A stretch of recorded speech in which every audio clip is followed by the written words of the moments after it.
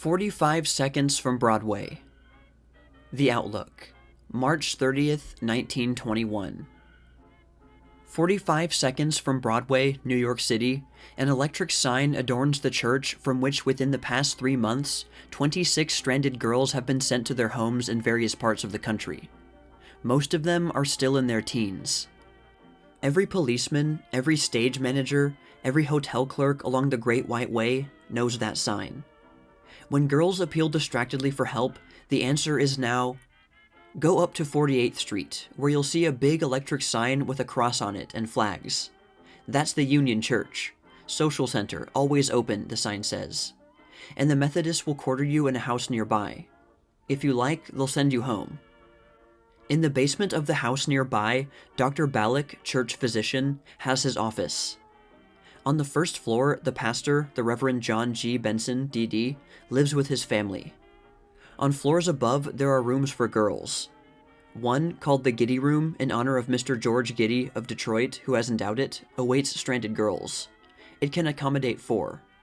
At a pinch, it can accommodate 6. And thither, usually in tears, come the pathetic little waifs of Broadway. This is not rescue work.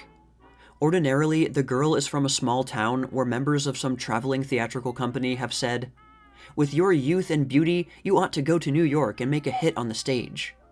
She had tried it. But while it is easy to get into the theater by the front door, it is exceedingly difficult to get into the theater by the back door. Moreover, very few young girls in small towns understand New York. They arrive with little money, and no one has told them that unaccompanied young women are not received at hotels, or that proprietresses of lodging houses in the theatrical district put prohibitive prices on their rooms when women apply. One girl came to the Giddy Room after spending 4 nights in railway stations. But it takes a lot of coaxing to get a girl home. She has told her friends out there that she was going in for fame and glory, and hates to admit defeat. In not a few instances, the candidate for celebrity has been seen off with special jollifications. In others, the girl has simply run away, and her people, especially her father, think the family disgraced. Sometimes Dr. Benson finds it easier to induce a girl to go home than to induce her family to receive her. Not all the Giddy Room's guests are would-be actresses. A girl who arrived at 3 in the morning and fainted on her arrival had come to New York to study and had engaged a room in a lodging house. Her train got in 4 hours late. When she reached the lodging house, the landlady had let the room.